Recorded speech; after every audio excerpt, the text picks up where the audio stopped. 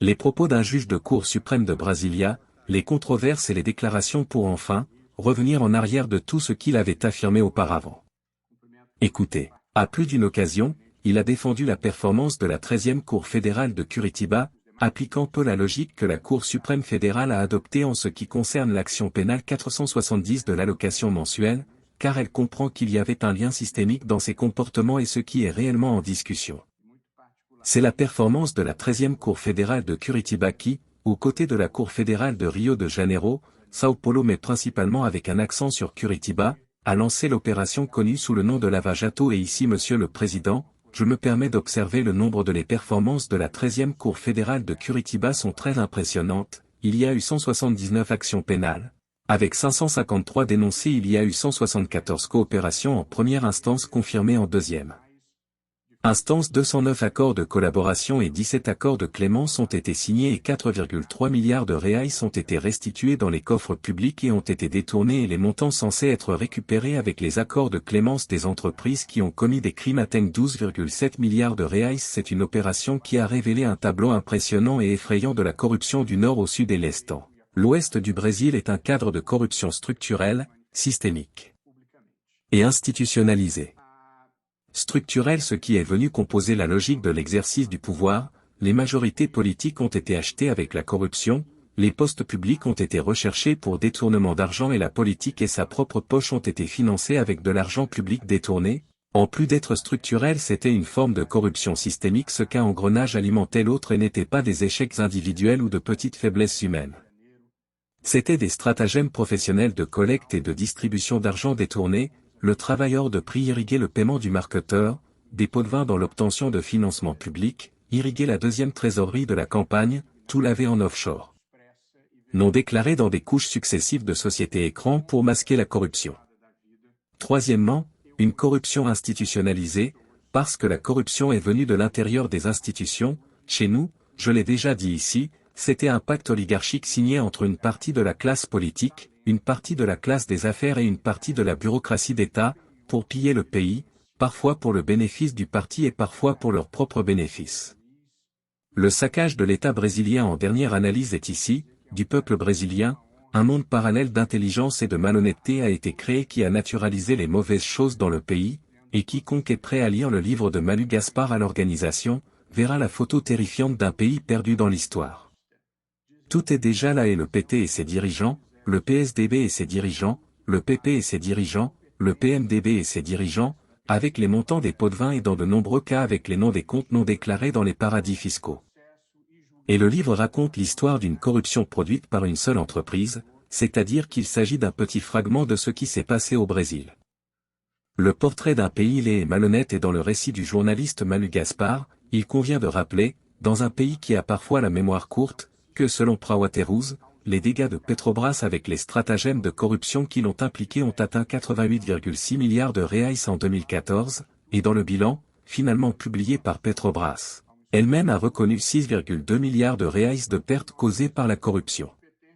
L'entreprise elle-même a reconnu, et reconnaît encore, non pas la corruption, mais celle de 44,6 milliards de pertes, attribuées à des erreurs de gestion.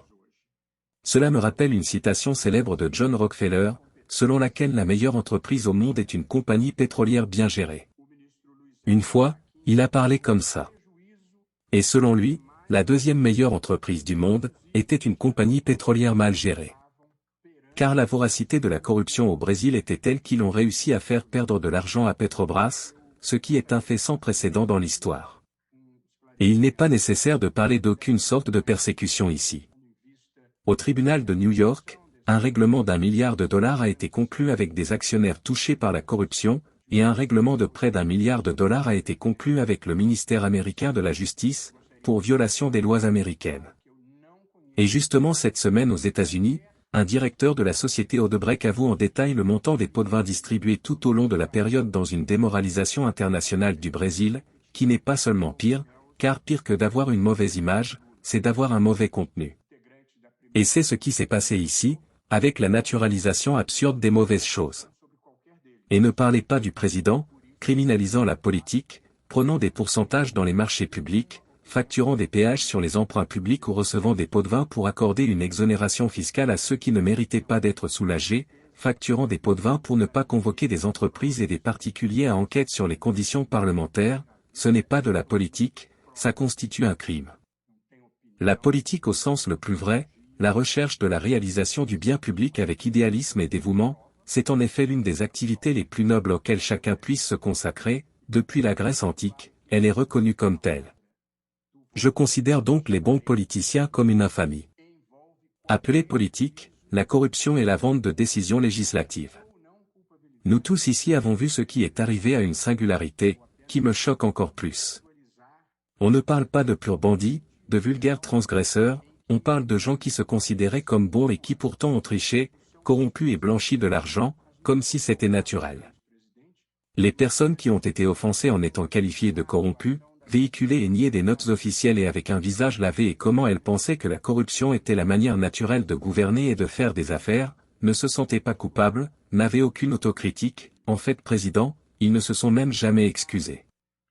Au fur et à mesure que la lutte contre la corruption progressait, il y avait une immense réaction de la corruption. Il a réagi avec vigueur et audace, le moyen qu'il a choisi était un piratage criminel des téléphones portables de tous ceux qui l'affrontaient.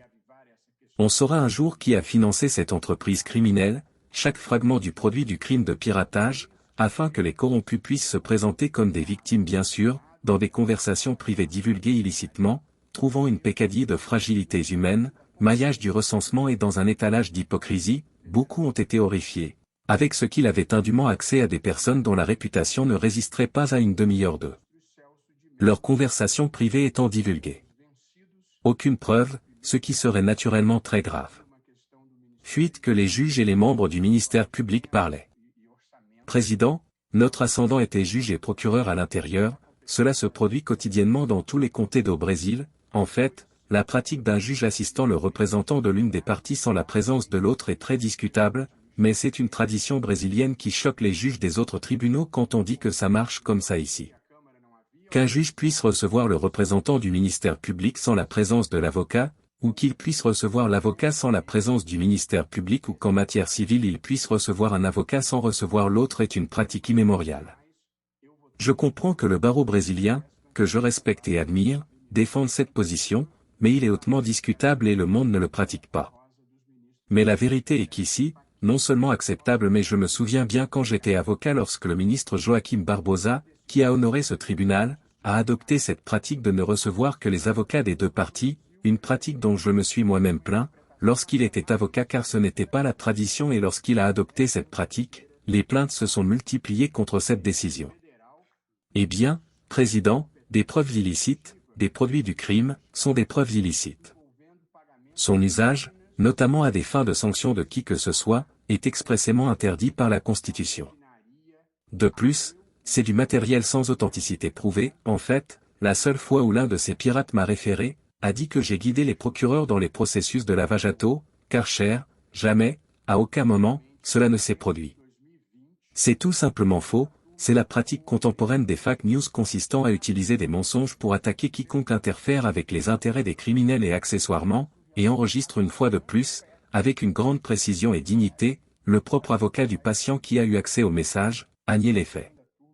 Il y a eu des défaillances dans l'opération lavage à taux, Karcher, qui pourrait faire l'objet d'une enquête par des moyens légaux certainement, la Cour suprême fédérale elle-même l'a souligné et je pense que l'acceptation ultérieure de la fonction politique a jeté des ombres, oui, mais compte tenu de l'étendue et de la profondeur de la corruption au Brésil, les dégâts qui s'étaient accumulés au fil des ans, le bilan est extrêmement positif, le Brésil a changé, non pas que la corruption soit terminée, mais il sera difficile que cela se reproduise, du moins avec l'impudence qui s'est produite. Qu'est-il arrivé à Petrobras, à Transpetro, à BR Distribuidora, à Caixa Econômica Federal, au fonds de pension, et il n'y a pas assez de temps pour énumérer toute la liste, et je voudrais répéter que ce n'est pas le phénomène d'un gouvernement, d'une partie, d'une personne, d'un groupe. C'est un phénomène qui s'est accumulé historiquement au Brésil et qui un jour a débordé. Et il faut aussi, ne pas ignorer, la quantité d'intérêts qui ont été touchés par la lutte contre la corruption, les grands partis politiques, les gens puissants et ceux qui ont suivi ce qui s'est passé en Italie, connaissent le film de la réaction de la corruption, Modification de la législation ou de la jurisprudence, 2 procureurs et juges diabolisants, et 3 tentatives de détournement du récit et de corruption de la presse pour modifier les faits et raconter à nouveau l'histoire. En Italie, la corruption a gagné et vaincu l'impunité et ce n'est pas un hasard si l'Italie fait partie des pays développés qui ont la pire moyenne de croissance économique depuis des années, comme l'a souligné le professeur Maria Cristina Pinotti, spécialiste des effets de la corruption sur l'économique dans des études exquises qu'il a publiées à plusieurs reprises. Mais je disais qu'en Italie la corruption a vaincu l'impunité, entre nous, elle veut plus, elle veut se venger, elle veut s'en prendre aux procureurs et aux juges qui lui faisaient face pour que plus jamais personne n'ait le courage de le refaire. Au Brésil aujourd'hui, nous avons ceux qui ne veulent pas être punis, ce qui est un sentiment humain et compréhensible, mais nous avons bien pire, ceux qui ne veulent pas être honnêtes même à partir de maintenant et aimeraient que tout continue comme d'habitude. S'il est nécessaire de réparer quelque chose qui a été fait, de réparer une injustice, n'importe qui, quelle que soit son inclinaison idéologique, peut compter sur moi et je ne défends que ce que je considère juste et légitimé, là où quelque chose ne va pas. Plus au projet Revenge qu'à la destruction des avancées que nous avons réalisées, en cela, Monsieur le Président, je suis un opposant. Nous avons encore besoin d'un pacte d'intégrité pour changer le Brésil. Peu importe qui vient ou quelles que soient les préférences politiques de l'électorat, l'intégrité peut avoir un impact avec 2 règles de base, la première dans l'espace public ne pas détourner d'argent, la seconde dans l'espace privé ne pas tromper les autres. Par conséquent, la décision prise ici, contre ou en faveur des dommages et des conséquences qui en ont résulté, ne défait pas la corruption structurelle systémique et institutionnalisée qui existait dans le pays, et le mérite de ceux qui prétendent y faire face et avoir d'eux-mêmes des ennemis très puissants.